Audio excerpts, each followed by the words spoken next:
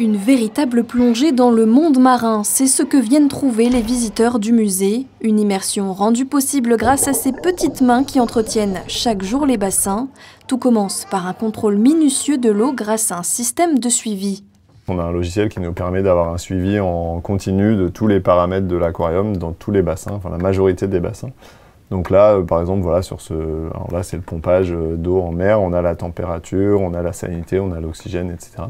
Et donc pour chacun des bassins, en fait, on prend le temps de regarder ce qui s'est passé voilà, pendant la nuit ou ces dernières heures pour vérifier qu'il n'y ait pas de problème. À première vue, tous les paramètres semblent corrects. Pour en avoir le cœur net, direction l'aquarium pour une inspection en direct. Ça nous permet de repérer s'il y a un poisson qui a un comportement un petit peu différent.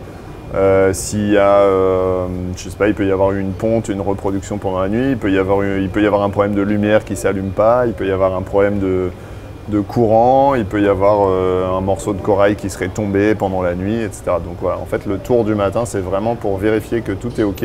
Vérification faite, place au nettoyage, chaque bassin est entretenu à l'intérieur comme à l'extérieur. Ici on est sur la passerelle, en gros dans les coulisses du grand bassin corail. C'est le plus grand bassin du musée océanographique. Et donc là en fait 2 fois par semaine on plonge dans le bassin pour faire des opérations d'entretien, donc essentiellement pour nettoyer la vitre. Puisque c'est un bassin corallien sur lequel on met beaucoup de lumière pour le bien-être des coraux, pour le bon développement des coraux.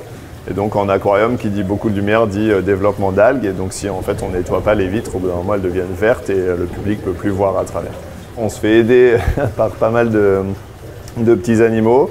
On a beaucoup d'escargots par exemple, d'étoiles de mer, d'oursins qui nettoient, de concombres de mer aussi. En fait, tous ces animaux-là, on les met dans l'aquarium, alors évidemment pour les présenter au public, mais aussi et surtout pour nous aider à l'entretien des bassins, parce que c'est des animaux qui broutent, par exemple. Donc les oursins vont manger les algues qui poussent sur les décors ou sur les vitres. Des paysages sous-marins authentiques réalisés à partir de vrais coraux où les plus de 350 espèces trouvent leur place pour le plus grand bonheur des visiteurs.